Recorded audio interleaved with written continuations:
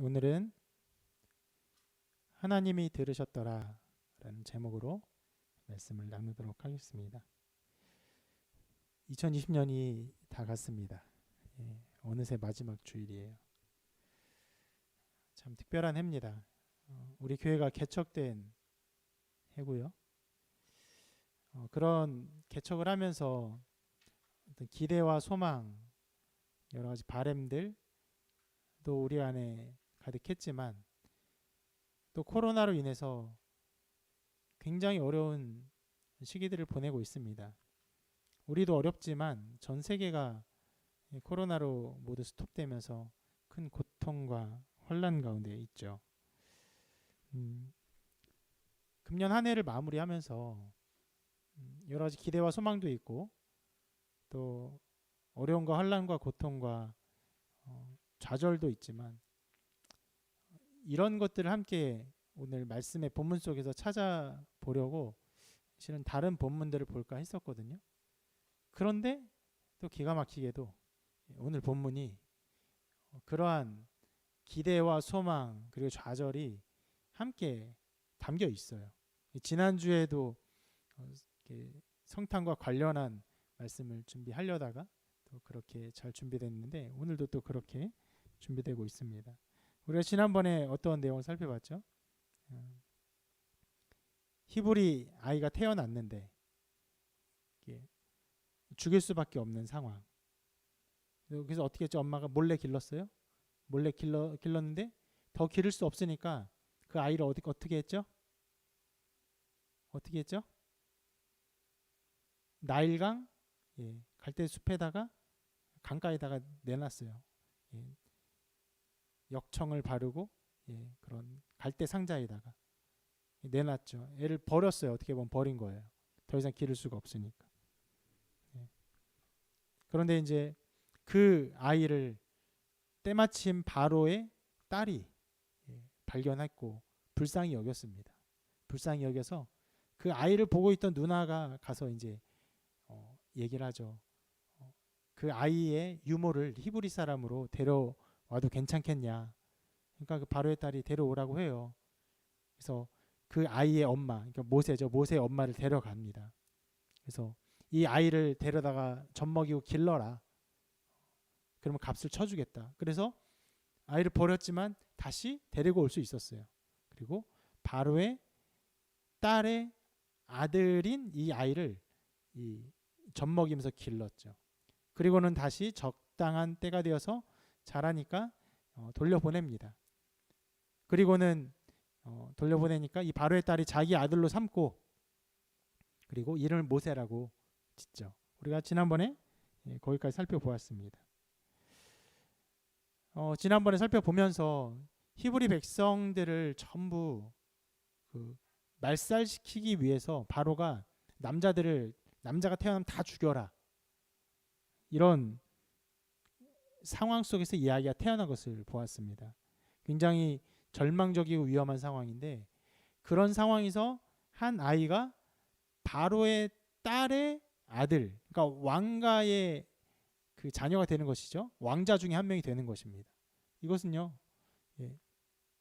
히브리 백성에게 아주 특별한 소망의 씨앗이라고 할 수 있어요. 우리가 이제 멸망되는데 애굽의 왕자로서 저 모세가 우리에게 어떠한 일을 하지 않을까, 특별한 일을 하지 않을까 이런 것을 기대할 수 있습니다. 그리고 그 모세가 자라서 일어난 일이 오늘 말씀에 나온 일이에요. 11절을 보면 이렇게 말하고 있거든요. 장성한 후에 얼마나 장성했을까요? 몇 살일까? 이때쯤 모세 나이가 몇 살일까요? 사도행전을 보면 이렇게 말하고 있습니다. 40세라고 말을 해요. 꽤 많죠. 열 몇 살 정도가 아니 20살 몇 살이 아니라 20 몇 살이 아니라 40세. 그러니까 40년이나 지난 거예요. 바로의 딸로서 자란 지. 굉장히 긴 시간입니다. 이제까지의 그 40세까지의 모세의 어떤 인생에 대해서 성경은 침묵하고 있어요. 별다른 말을 하고 있지 않습니다. 그러다가 이제 40세에서 어떤 새로운 사건들이 일어나면서 그 특별한 그 모세의 상태, 히브리인이면서 애굽의 왕자로 자라나는 특별한 가치관과 생각들, 그의 마음들을 드러내게 되는 사건이 나타납니다. 자, 11절 이렇게 말씀하고 있죠. 모세가 장성한 후에 한 번은 자기 형제들에게 나가서 그들이 고되게 노동하는 것을 보더니 어떤 애굽 사람이 한 히브리 사람 곧 자기 형제를 치는 것을 본지라. 자, 보면요, 한 번은 자기 형제들에게 나가서라고 표현하고 있어요.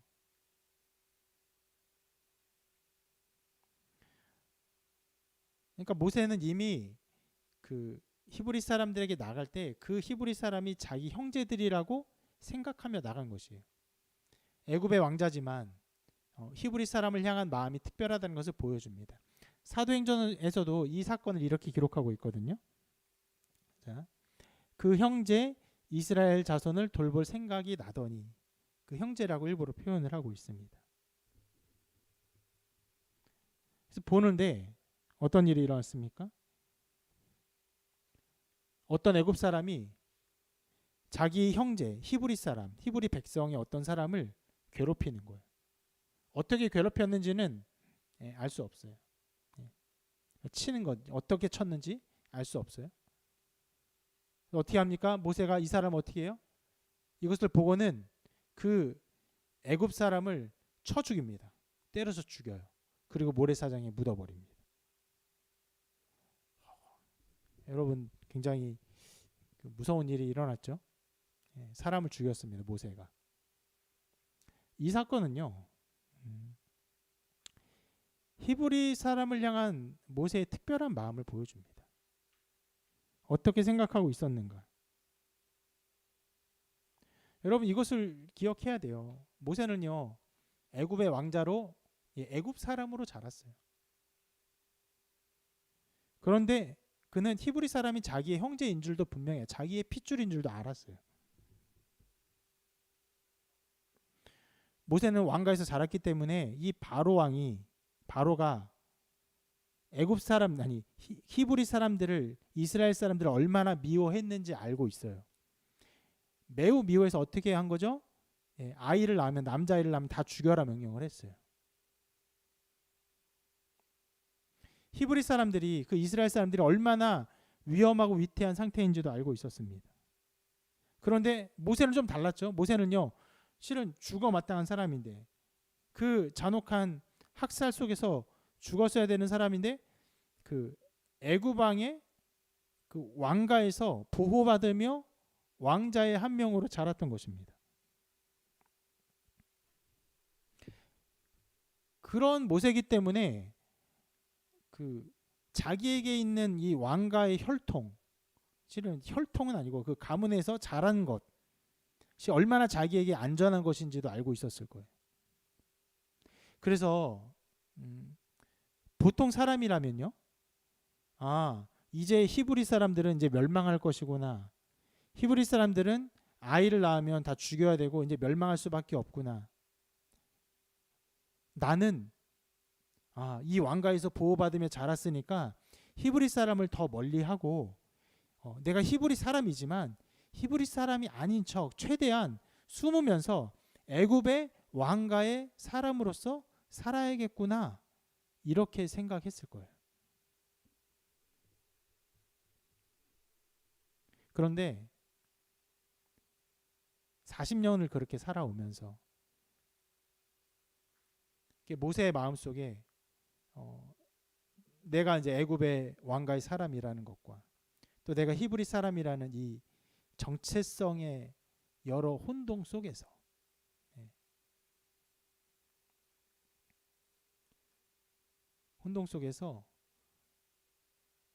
어려움을 겪었는데, 이제 이 사건을 통해서 그 경계선을 넘어서는 자기의 마음이 나타나고 있는 것이. 최근에 일본에서 광고 한 가지가 나왔었는데 굉장히 이슈가 되었고 또 많은 사람들에게 회자된, 그리고 좀 그 시끌시끌하게 만든 광고가 있었어요. 뭐냐면은 일본에 사는 일본인이지만 다른 국적의 사람들, 그 중에는 우리나라 사람도 있어요. 제일 한국인들. 그런 사람들이 얼마나 소외받고 외면받고 어려움을 겪고 있는가. 그렇지만 그들도 일본인의 한 사람으로서 그 사회를 이루는 구성원으로서 당당하게 자기의 할 일을 찾아가면서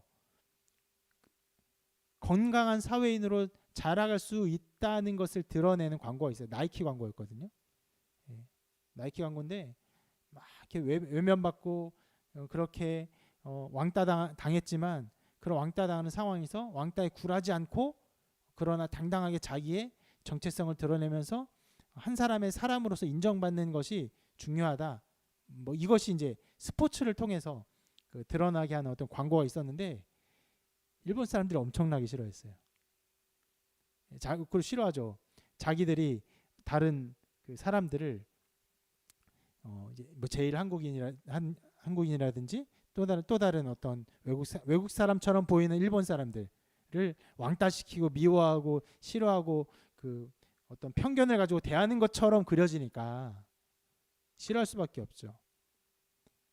그래서 일본에서 이런 광고가 있는 것이 맞느냐? 그래서 일본 사람들은 굉장히 싫어하고 다른 나라 사람들은 굉장히 좋은 광고다. 그래서 굉장히 이슈가 되었어요. 여러분 그렇게 한 나라에 살면서 다른 나라의 어떤 정체성을 가지고 그 나라의 사람으로 살아가는 것은요 굉장히 어려운 일이고 그리고 정체성의 혼란을 겪을 수 있는 일입니다. 모세도 바로 그런 사람이었어요. 히브리 사람이지만 애굽 사람으로 살아왔던 것. 그러나 이 사건을 통해서 모세 마음에 깊이 내재되어 있던 히브리 사람을 향한 사랑과 애정이 이제 드러나는 것이에요. 그 경계선을 뚫고 이제까지는 가두어 놓고 그 경계선 속 안에서 애굽 사람이라는 경계선 속 안에서 살아왔지만 이제는 그것을 뚫고 자기가 얼마나 히브리 사람을 사랑하는지 애굽 사람을 쳐 죽일 정도로 그 마음을 가지고 있었는지를 보여주는 사건이.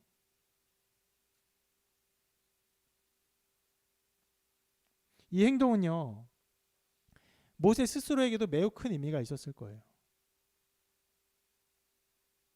굉장히 많은 정체성의 혼란이 있었겠지만 이 행동으로 인해서 내가 정말로 히브리 형제들을 나의 형제로 사랑하고 있구나. 히브리 사람을 향한 각별한 마음이 내 안에 있구나.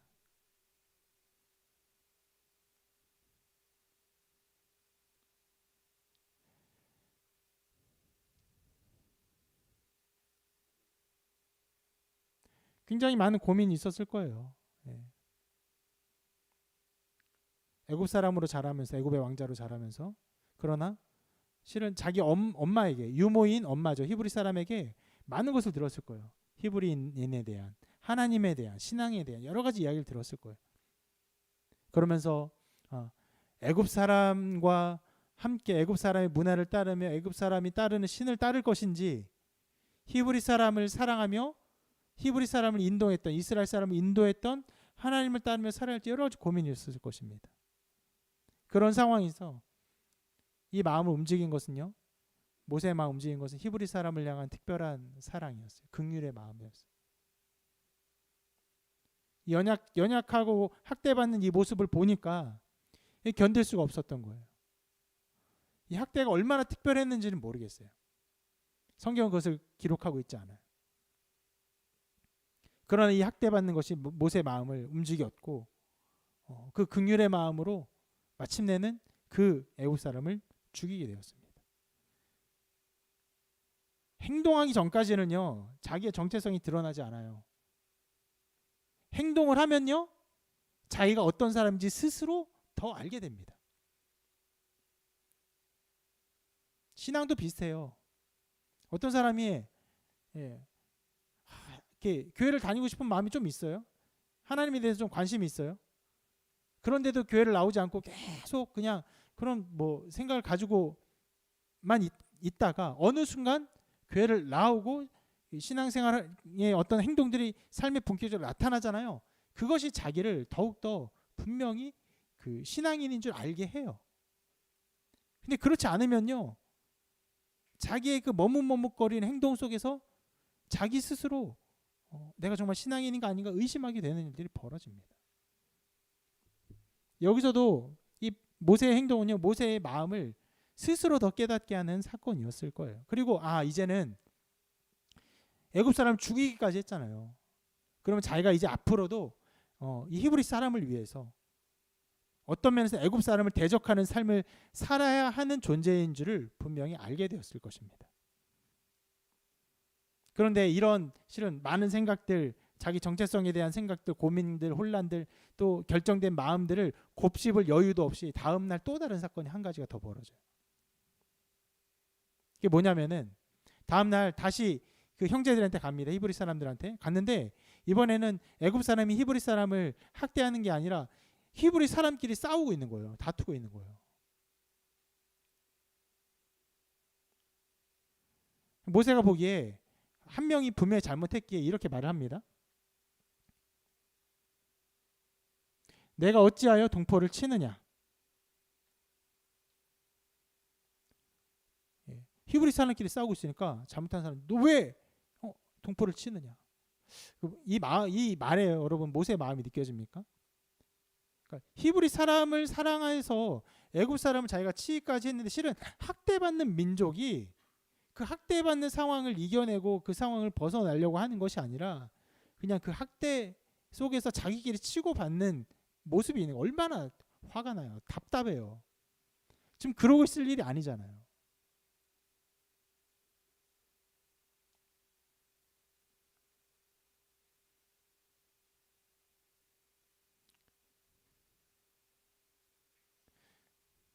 모르겠어요. 좀 뭐 비슷할지 다를지 모르겠지만 제가 우리 아이들한테 느끼는 답답함이 좀 있어요.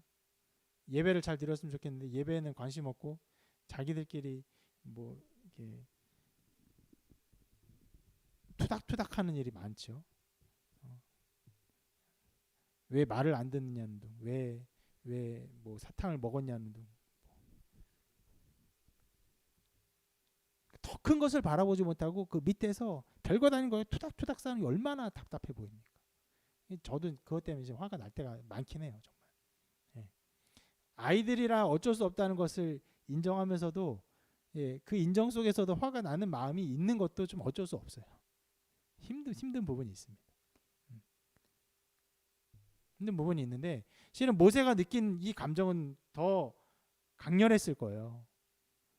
왜요? 그 전날 애굽 사람이 히브리 사람 학대하는 것으로 자기가 애굽 사람 쳐 죽이기까지 했는데 히브리 사람끼리 싸우고 있는 거예요. 별것 아닌 것이었을 거라 생각이 들어요. 지금 그렇게 싸울 일이 아니잖아요. 어떻게 보면 애굽의 왕자인 모세가 히브리 사람을 위해서 나서기 시작했고 그들 앞에 자기의 모습을 보이기 시작했고 어떤 행동을 취하는 일을 시작했는데 히브리 사람들은 그 학대받는 상황을 벗어나고 거기서 새롭게 될 어떤 일들을 생각하는 게 아니라 자기들에게 주어진 어떤 것 가지고 모르겠어요. 먹을 것 가지고 싸웠을 수도 있을 거예요. 아니면은 고된 일을 시키니까 내가 이만큼 했는데 너는 왜 이만큼 했냐라고 생각하며 싸웠을 수도 있을 거예요. 그러나 모세가 보기에 이 일은 어쨌거나 하찮은 것이었을 거예요. 내가 어찌 동포를 치냐? 왜 서로 싸우냐? 한 민족인데 한 가족인데 왜 싸우고 있냐? 이게 책망하는 것이죠.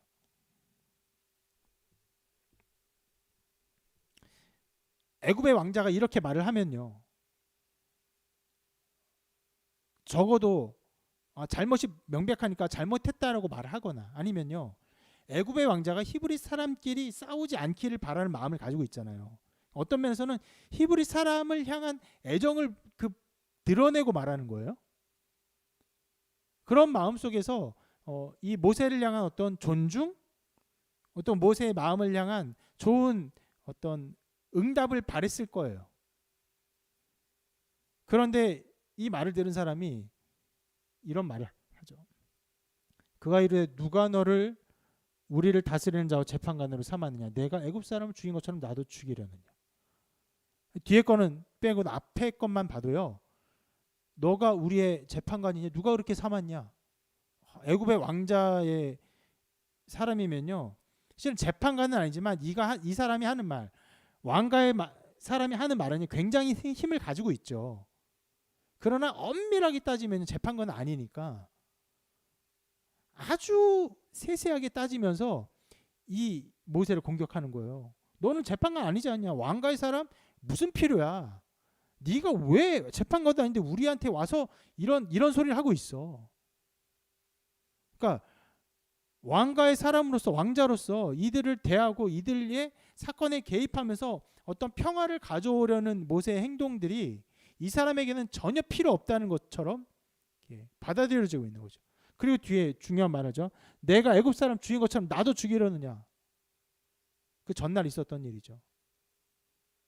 실은 그 전날 우리가 아까 말씀 자세히 보지 않았지만 쳐 죽일 때 좌우에 사람이 있는지 없는지 보고 없으니까 몰래 쳐서 죽이고 묻어버렸어요. 아무도 보지 않는 줄로 알고 있었어요, 모세는. 그런데 알고 보니까 어떻게 보면 모든 사람이 다 알고 있는 것처럼 얘기가 나온 거예요.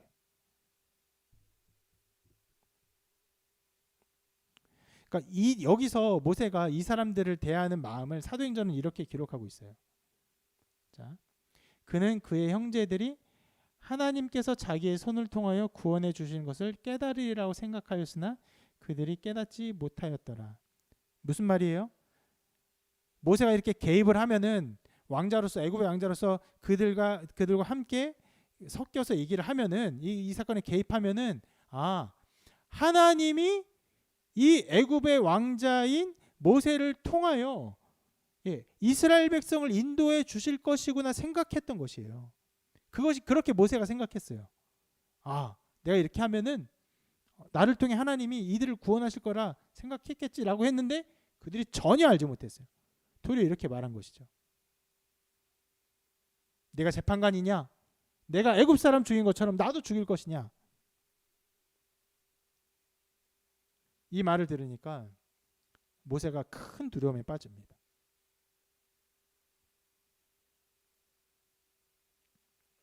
이 말을 듣자마자 도망친 건 아니에요. 먼저 두려움에 빠져 있었어요. 그리고 이 소문이요 바로에까지 올라갑니다. 뭐 당연하겠죠. 그 히브리 사람이 다 알고 있는 공공연한 비밀이 되어버렸으니 그 얘기가 올라가서 바로에까지 들리는 것은 당연하겠죠. 바로에 들려서요. 바로가 이 일로 모세를 죽이려 합니다. 이 왕가의 내부에 있었던 자세한 일은 성경은 하나도 기록하고 있지 않지만 추측해 보건대 바로가 모세를 그렇게 좋아하지 않았던 것 같아요. 왜요? 히브리 사람이니까. 그렇죠. 히브리 사람을 다 죽여라 했는데 자기의 딸이 그 히브리 아기를 불쌍하게 보고 기르고 있으니 그 왕의 체면이 얼마나 서지 않습니까? 실은 엄한 명령일수록요. 그 엄한 명령을 어기면은 그 명령을 내린 사람의 그 어떤 권위가 깨어지죠. 그러니까 모세가 이렇게 왕가의 사람으로 자라고 있는 것은요. 바로의 권위를 그 존재 자체가 도전하는 것일 수 있었을 거예요. 그렇다 함부로 죽일 수도 없었던 것 같아요. 그러니까 이제까지 참았던 것이죠. 바로의 딸과의 문제이지 아니면 왕궁의 안에 있는 여러 가지 권력 구도의 문제 속에서 있었던 것인지는 알 수는 없어요. 어쨌거나 안 죽이고 있다가 그런데 이 일이 벌어지니까 좋은 그 빌미가 나온 거예요. 히브리 사람이 애굽 사람을 죽여?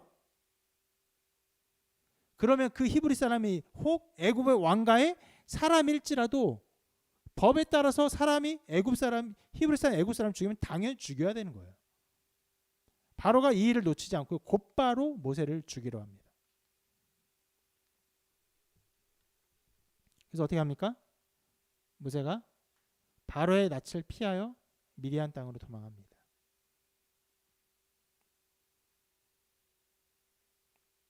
미디안 땅은 그 지도를 보면요, 이집트에서 이스라엘과 사우디를 지나 이라크를 살짝 지나 이란까지 가는 실은 어마어마한 거리예요. 우리나라에서 가면은 거의 몽골까지 올라가는 몽골까지는 아닌가요? 그러니까 굉장히 한참 가는 거예요. 갈 수 있을까 싶을 정도의 거리를 갔어요.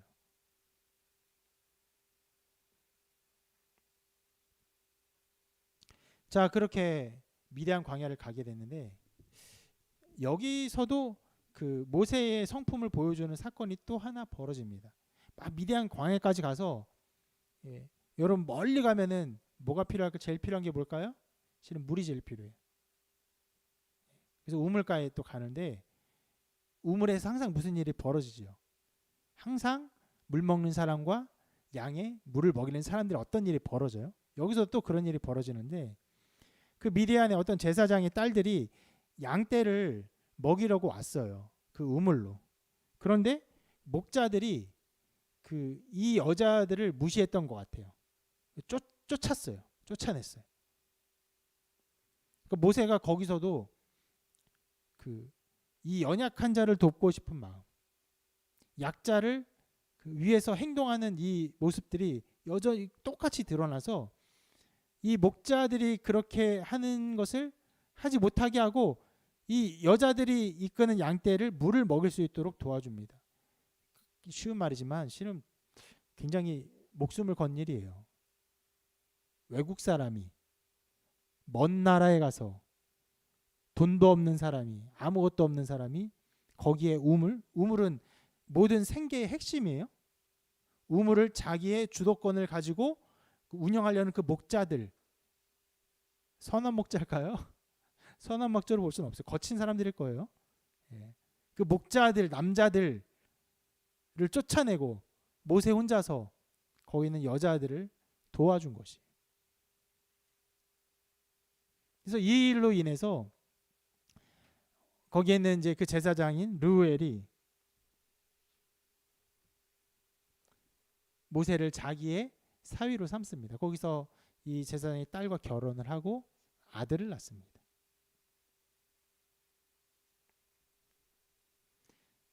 그런데 여러분 이 이야기 광야에서 우물에서 여자를 만나 아들을 낳은 이야기는요.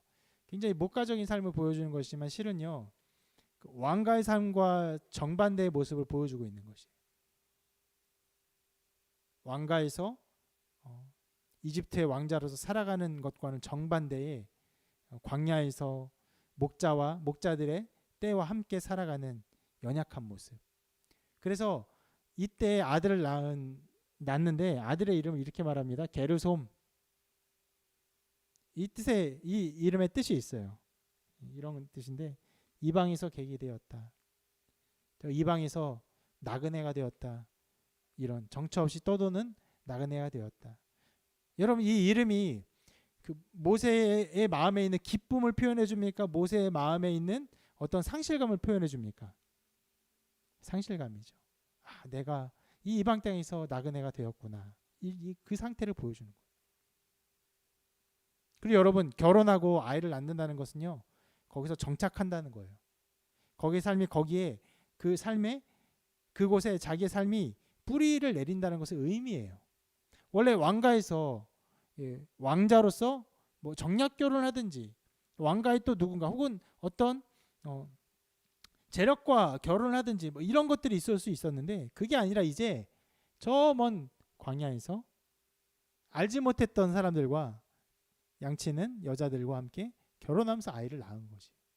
그래서 이제 거기서 자기의 삶이 뿌리박게 되었구나. 내가 여기서 내 삶이 정착하게 되었구나라고 하는 말을 하고 있는 거예요. 이방에서 객이 되었다. 자기의 나라를 잃어버린 어떤 상태. 실은 여러분 모세의 마음은 실은 히브리 사람을 향한 마음이세요. 사랑의 마음. 근데 지금 이 모세는요 히브리 사람과도 있지 않아요. 히브리 사람도 잃어버렸고 실은 애굽 사람도 잃어버리고 저 먼 곳에서 알지 못하는 곳에서 결혼하고 아이를 낳고 있는 거예요. 모든 것을 잃어버리고 떠나버린 나그네의 모습을 표현하고 있는 것입니다. 실제로 여기서 몇 년을 사냐면은 여기서 이제 마침내 나중에 하나님을 만나게 되는데 하나님의 부르심을 받을 때까지 또 40년을 살아요. 굉장히 짧게 객이되었다라고 하고 쓱 지나가고 하나님을 만나는 이야기가 있지만 무려 40년 동안 이 광야 생활을 하게 됩니다. 여러분, 이것이 모세가 부름받을 때까지 있었던 일입니다.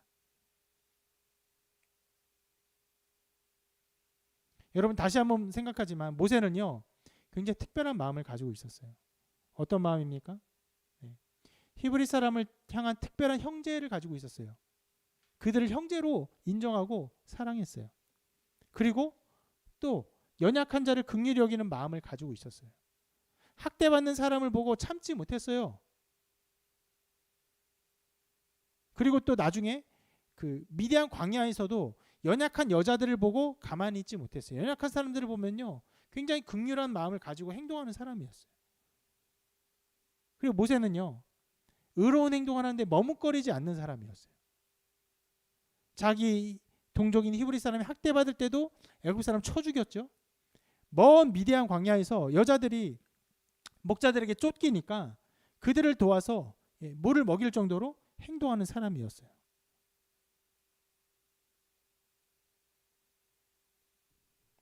여러분, 이러한 성품들을 가진 애굽의 왕자였던 사람이 모세였습니다. 그런데 이 모세가 애굽의 왕자의 자리를 지키지 못하고 쫓겨나고 광야로 내몰렸어요. 아까도 말했지만 무려 이 광야에서 40년의 세월을 보냅니다.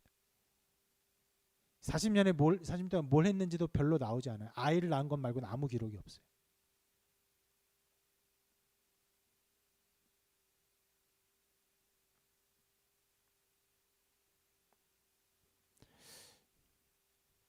이스라엘 백성이 학대받는 그런 상황에서 그 이스라엘을 통치하는 애굽의 왕자로서 이러한 좋은 성품과 의로운 마음과 행동력을 가진 왕자가 있다는 것은요 이스라엘 백성을 구원하는 데 굉장히 큰 힘이 됐을 것이고 굉장히 큰 도구가 됐을 수 있어요. 그런데 그 모든 것이 좌절되었어요. 만약 드라마로 만들었으면요 야, 애굽의 왕자로 자란 모세가 과연 애굽의 왕자의 지위를 이용해서 연약한 히브리 백성을 어떻게 돕고 어떻게 그 학대의 모든 부조리들을 해결하고 모든 것들을 개혁하면서 정치적인 수완을 발휘할까, 이것을 기대할 수 있는데 그 모든 것이 다 사라진 것처럼 휙 쫓겨난 거예요. 만약 드라마를 보면요 이 시점에서는요 드라마가 굉장히 재미없을 거예요. 아니 이렇게 애굽 왕자의 자리에서 쫓겨나게 하고 할 거면 뭐하러 애굽에서 40년 동안 살게 하는 그런 시나리오를 뭐하러 쓴 거지? 왜 이렇게 한 것이지? 이랬을 거예요. 근데 여러분 이렇게 모세가 쫓겨난 것은요 하나님의 뜻을 보여주려는 목표가 있습니다. 먼저 이것은요 하나님의 구원의 사역을 그림자로서 보여줍니다. 모세는요 정확하게 예수님의 그 예표로 나타났어요. 모세를 보면서 예수님의 사역을 그려볼 수 있도록 그 약간의 모델로 나타난 사람이 모세예요.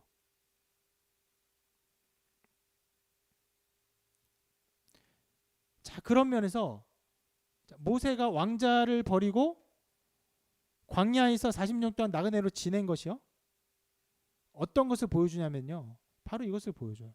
예수님이 하늘의 영광을 버리고 이 땅에 오시고 그리고 심지어 광야에 가서 40일 동안 금식하시며 시험을 당하신 것을 보여주는 것입니다. 정확히 모세는요 예수님의 사역을 예표하는 예표자로서 이 사역을 하나님께서 그려내신 거예요.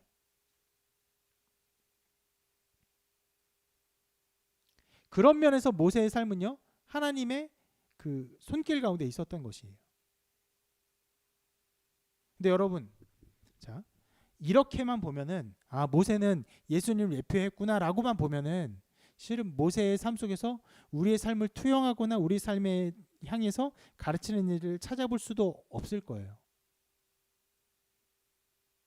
그러나 여러분, 모세의 이 모든 정황들, 상황들은요, 우리에게 적용될 수 있고 우리의 삶을 바라볼 수 있습니다.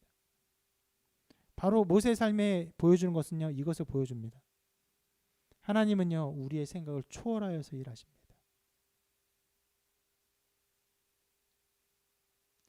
인간의 생각을 뛰어넘어서 하나님은 사역하세요. 인간의 생각으로는 애굽의 왕자가 되었으니까, 왕가의 사람이 되었으니까, 또 히브리 사람을 형제로 사랑하는 그런 형제가 가득한 사람으로 자랐으니까, 연약한 자를 돌보는 사람으로 자랐으니까, 그리고 의로운 행동을 하는데 주저함이 없는 결단력인 사람으로 자랐으니까, 이제 이 모세가 이스라엘 백성을 향해서 정말 의로운 행동을 하지 않을까 생각할 수 있었겠지만, 하나님은 그 모든 것을 다 내려놓게 하셨어요. 그 모든 것이 아무것도 아닌 것처럼 만드셨어요. 아까 말했지만 드라마로 만들었으면요, 뭐하러 앞에 시내를 썼는가 싶을 정도로 모든 것을 다 버리게 하셨어요. 왜요? 하나님은요, 인간의 생각을 초월해서 일하시는 분이심을 보여주고 있는 것이. 이렇게 하실 것인가? 아니요, 그렇게 일하지 않으세요. 이렇게 하면 이렇게 될 것인가? 아니요, 하나님은 그것을 뛰어넘어 일하세요. 모세가 가지고 있었던 여러 가지 좋은 마음들이 히브리 백성에게도 받아들여지지 않았어요. 히브리 백성이 싫어했어요, 그 마음을. 바로도 싫어했고, 그래서 왕가의 사람들에게도 미움받고 쫓기고 히브리 사람들에게도 환영받지 못하는 사람으로 쫓겨나게 하셨어요. 그리고 하나님은요, 하나님의 일을 하게 하기 위해서요, 광야의 길을 걷게 하세요. 모든 것을 다 내려놓고 하나님만 바라보는 그 외로운 길을 걷게 하십니다. 자, 이러한 하나님의 사역의 방편들은요, 우리의 삶과 인생에 적용되고 나타나는 일이에요.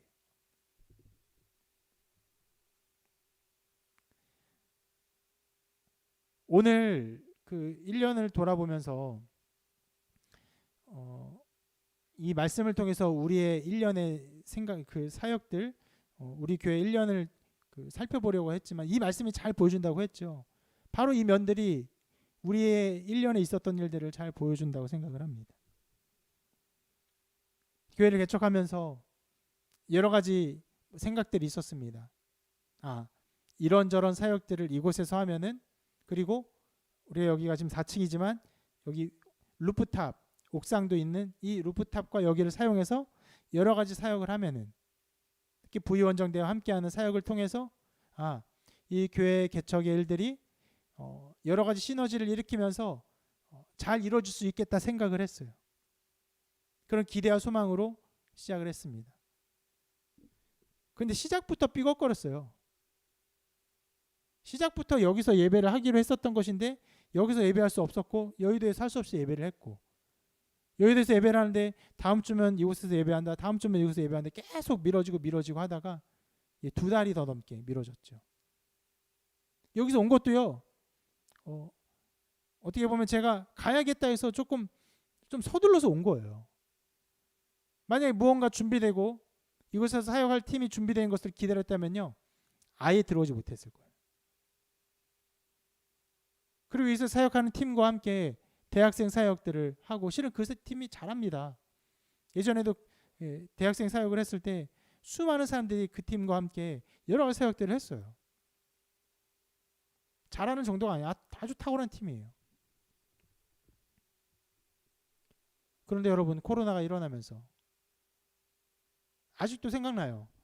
거의 1년 전에 1월인가 2월쯤에 여의도에서 예배 드리면서 코로나가 점점 퍼져나가는 소식들을 들으면서 그 여의도 앞에 도로들이 한 주 한 주 갈수록 다니는 차가 적어지고 황량해지고, 그리고 또 어느 날은 눈보라가 막 쳤어요.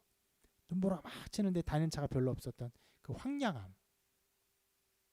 여러분, 여의도라고 별로 이렇게 늘 좋고 화려한 데가 아닙니다. 황량해요.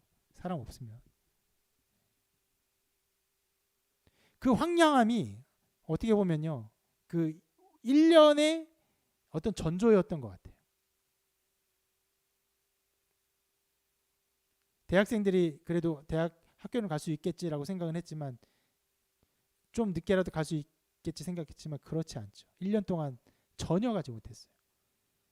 아이들 뭐 초중고는 조금씩 가긴 했죠. 부분적으로. 대학교는 아예 못 가다시피 했어요. 1년 동안. 이곳은 대학교 앞에 있는 지역이죠. 그래서 이곳에서 어떤 사역을 하고 어떤 기대와 소망을 가지고 사역을 했지만 그 모든 것들이 다 무너졌어요. 깨어졌어요. 내려놓게 하셨어요.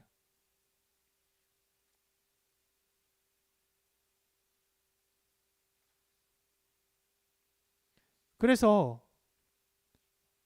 때때로 이제 교회 개척을 한 것에 대해서 이런저런 연락을 합니다. 아는 성도님들에게도 하고 또 동기, 또 후배, 선배 목사님들에게도 연락을 하죠. 그럼 항상 하는 말이 이거예요.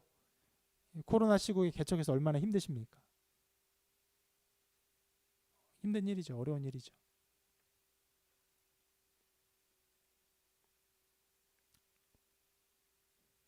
여러분, 이 상황이 어떻게 보면 이 모세가 겪은 상황과 참 비슷하다고 생각이 돼요.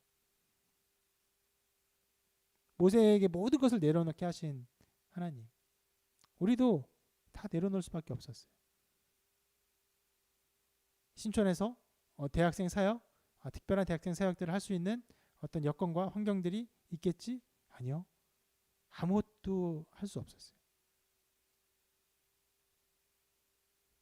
나가서 뭔 액션을 하면 할수록 교회가 욕먹는 시대가 되었습니다.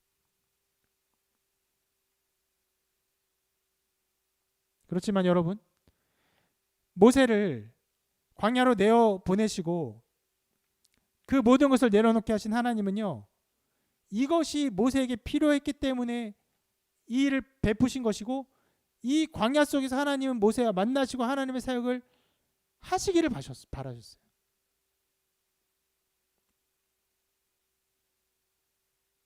하나님의 계획이 있었기 때문에 광야로 인도하신 것이었어요. 여러분, 굉장히 어려운 시기를 우리가 겪고 있습니다. 정확하게 말하면요, 우리 교회가 겪는 어려움은 다른 그 교회들 겪는 어려움에 비해서는 굉장히 작다고 생각이 돼요. 왜냐하면 개척교회에서 원래 어려웠거든요. 별로 잃을 게 없어서. 실은 저희 교회만 생각해 보면요, 저희 교회는요 굉장히 많이 부흥했습니다. 성장했어요. 다른 교회는 그렇지 않죠. 성장 부흥하는 교회가 어디 있겠습니까? 50%, 40%, 30%, 그 정도밖에 교회를 나오지 않고 출석하지 않고, 나오라고 해도 나오지 않는 상황들이 이어지고 있습니다. 정말 여러분, 이 어려운 상황에서 하나님의 뜻이 있으리라 생각합니다. 하나님의 뜻이 이루어지리라 생각합니다. 특별히 우리가 이음교회라는 이름을 짓고 하나님의 나라와 세상을 잇기를 바랬어요. 그런데 여러분, 금년에 일어난 일이 무엇입니까? 하나님 나라와 이 세상은요 더 철저히 분리되었어요. 완전히 깨어졌어요. 이렇게 여러분, 그 뉴스에 교회라는 이름이 나올 때마다 욕먹는 해가 없었어요. 거의 빠지지 않고 교회라는 이름이 나오지 않았던 적도 없었어요. 오늘도 확인해 보셨습니까? 뉴스? 교회 있어요. 교회를 통해서, 병원을 통해서 집단 감염이 이어지고 있습니다. 들어가 보면요, 그 교회를 통해서 그 집단 감염이 이어진 게 그렇게 많지도 않은데도 교회 이름을 꼭 넣어요. 그 부분은 참 기분 나쁘고 안타까운 일이죠. 정말 세상과 교회는요 더 분리되고 있어요.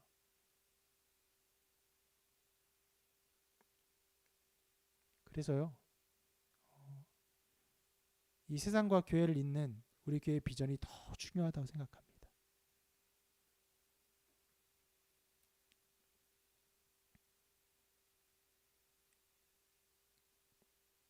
앞으로 더욱 한동안은요 교회가 세상으로부터 더 버림받을 것입니다. 회복하기 힘든 불신 가운데 교회가 놓일 것입니다. 그래서 우리 앞에 놓여 있는 자명한 미래입니다. 그러나 여러분, 그 간격이 아무리 크다 할지라도, 세상과 교회 간격이 아무리 넓다 할지라도 이것을 능히 채우시는 예수 그리스도의 복음이 있습니다. 복음은 언제나 이 간격들을 능히 채워넣었어요. 하나님과 인간을 떼어놓은 이 죄의 큰 간격을 예수 그리스도의 복음은 채워냈습니다. 이 복음이 이것을 채워낼 것이기 때문에 이 모든 것이 무너져 있다 할지라도 이 간격들은 다시금 이어질 것이라 믿고, 또 우리가 생각했던 어떤 연결고리들 다 무너져도 괜찮습니다. 괜찮아요. 하나님이 하나님의 뜻을 세우기 위한 재건축이라고 생각합니다. 이전의 것은 다 없어지고 이제 새로운 것들로 이 교회와 이 세상을 이어질 간격들을 이어내게 하실 하나님의 뜻이 있다고 생각합니다. 옛날에는 쉬웠습니다. 교회가 세상을 앞질러 갔어요. 세상에서 무언가를 배우려면요, 음악을 배우려면은, 뭔가 문학을 배우려면 교회로 왔었어야 돼요. 교육을 받으면 교회로 왔었어야 돼요. 교회가요, 나가서 어린이 전도한다고 북치면서 주일학교 가자, 여름성경학교 가자 북치면요, 그 북치는 것 따라서 애들이 20명, 30명, 40명씩 줄줄이 따라 들어왔어요. 세상과 교회는요, 굉장히 가까이 있었어요. 그러나 그런 방법들을 이제 하지 못한 시대가 되었죠. 그렇지만 그런 방법들을 하지 못할 시대가 되었을지라도 이것을 이을 수 있는 복음이 있기 때문에 우리는 또 다른 방법으로, 또 다른 형태로 세상과 하나님의 나라를 이어갈 수 있으리라고 믿습니다. 새로운 초석을 하나하나 밟아나가면서, 우리가 개척교회이기 때문에 이 초석을 하나하나 밟아나가면서 이것을 이어갈 사역을 감당할 수 있으리라고 믿습니다.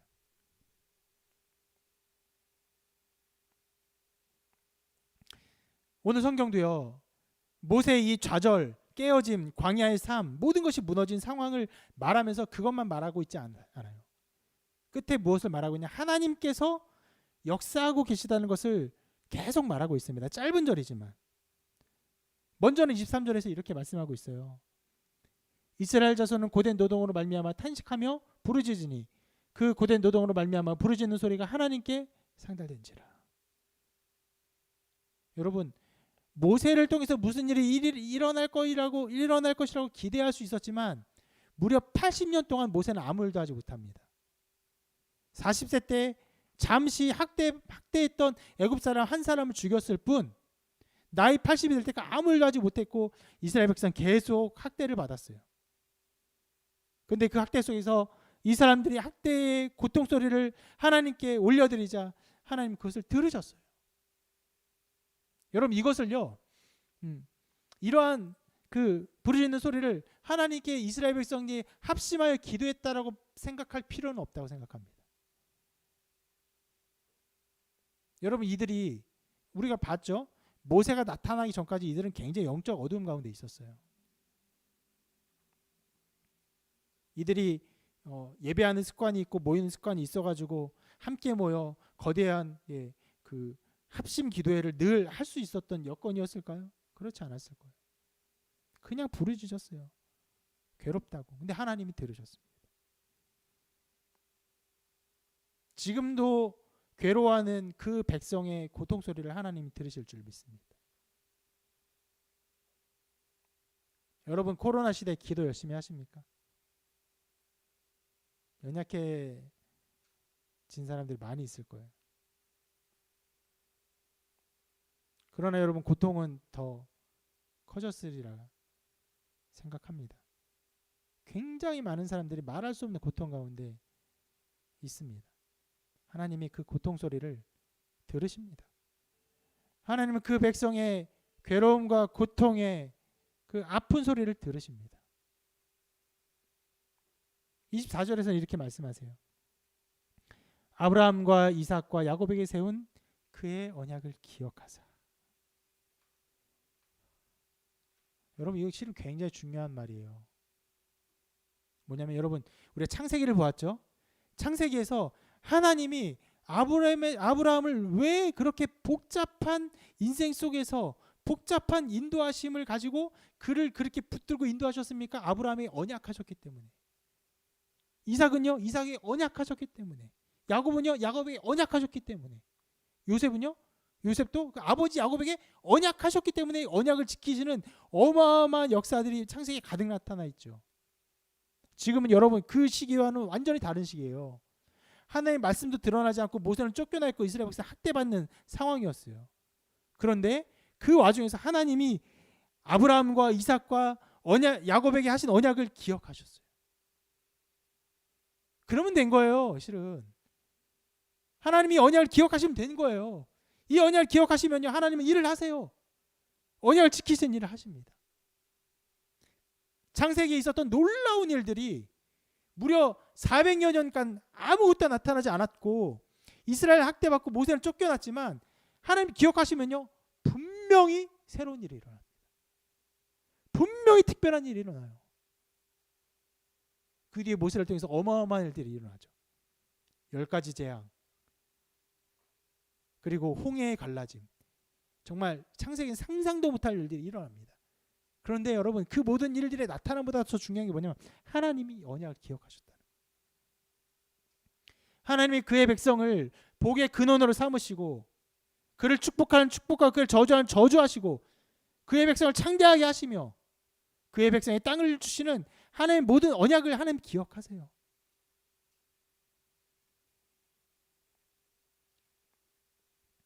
하나님 자신이 언약을 하셨죠. 횃불 언약을 통해서 하셨습니다.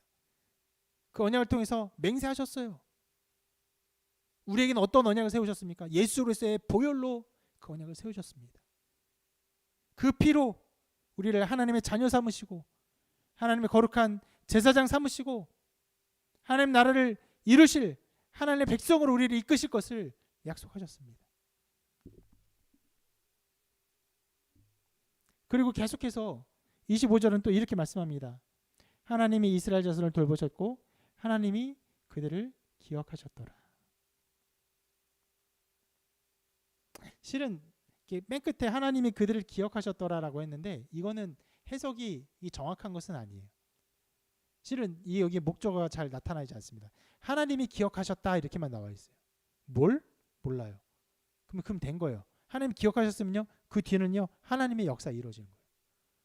하나님이 기억하셨다 하고는 그 뒤에 모세가 하나님으로부터 부름받는 놀라운 일들이 쫙 나타납니다.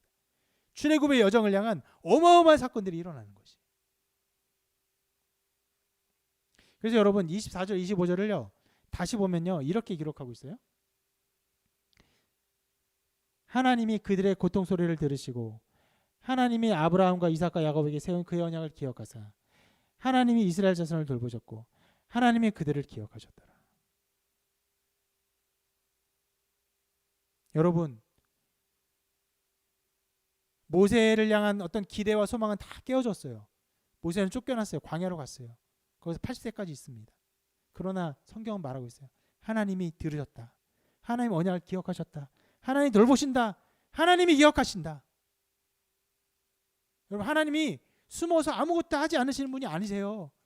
우리 가운데 무엇이 나타나지 않았을지라도 하나님은 들으시고 하나님 역사하시고 하나님은 그 뜻을 이루시는 분이세요. 여러분 이 말씀을 보면요 흡사 그 말씀과 굉장히 비슷합니다. 어떤 거냐면 그 대홍수 이후에 하나님이 대홍수 이후에 그 노아의 가족들에게 이런 말씀을 하십니다. 언약의 말씀을 하시는데 이렇게 말씀하십니다. 읽어볼게요. 내가 내 무지개를 구름 속에 두었나니 이것이 나와 세상 사이 언약의 증거니라. 내가 구름으로 땅을 덮을 때에 무지개가 구름 속에 나타나면 내가 나와 너희와 및 육체를 가진 모든 생물 사이에 내 언약을 기억하리니 다시는 물이 모든 육체를 멸하는 홍수가 되지 아니할지라. 무지개가 구름 사이에 있으리니 내가 보고 나 하나님과 모든 육체를 가진 땅에 모든 생물 사이에 영원한 언약을 기억하리라. 하나님 얼마나 나를 강조하십니까? 내가 보고 내가 기억하리라. 내 언약을 나와 계속 나를 강조. 하나님 자신이 일하시는 하나님심을 계속 강조하세요. 언제요? 절망 가운데 있을 때 모든 생물이 다 무너지고 모든 사람이 다 죽고 노아의 가족만 남은 두려움과 절망 가운데 있을 때 하나님 계속 말씀하세요. 위에도 마찬가지예요. 모세가 광야로 쫓겨나서 모든 희망이 끊어졌을 때 말씀하시는 거예요. 하나님이 그들의 고통소리를 들으시고 하나님이 아브라함과 이삭과 야곱에 세운 그의 언약을 기억하사 하나님이 이스라엘 자를 돌보셨고 하나님이 그들을 기억하셨더라. 여러분, 금년의 삶은 코로나로 인해 고통과 어려움밖에 없다고 말할 수 있습니다. 그러나 그럴지라도 하나님은요 들으십니다. 그의 백성의 고통소리를 들으시고 하나님은요 하나님의 언약을 기억하시고 하나님 백성을 돌보십니다. 이런 돌보심이 우리 가운데 나타날 줄로 믿습니다. 여러분, 그런 믿음 가운데 하나님을 바라보시고 광야의 어려움과 환난 속에서도 믿음으로 굳게 서시기를 주님의 이름으로 축원합니다.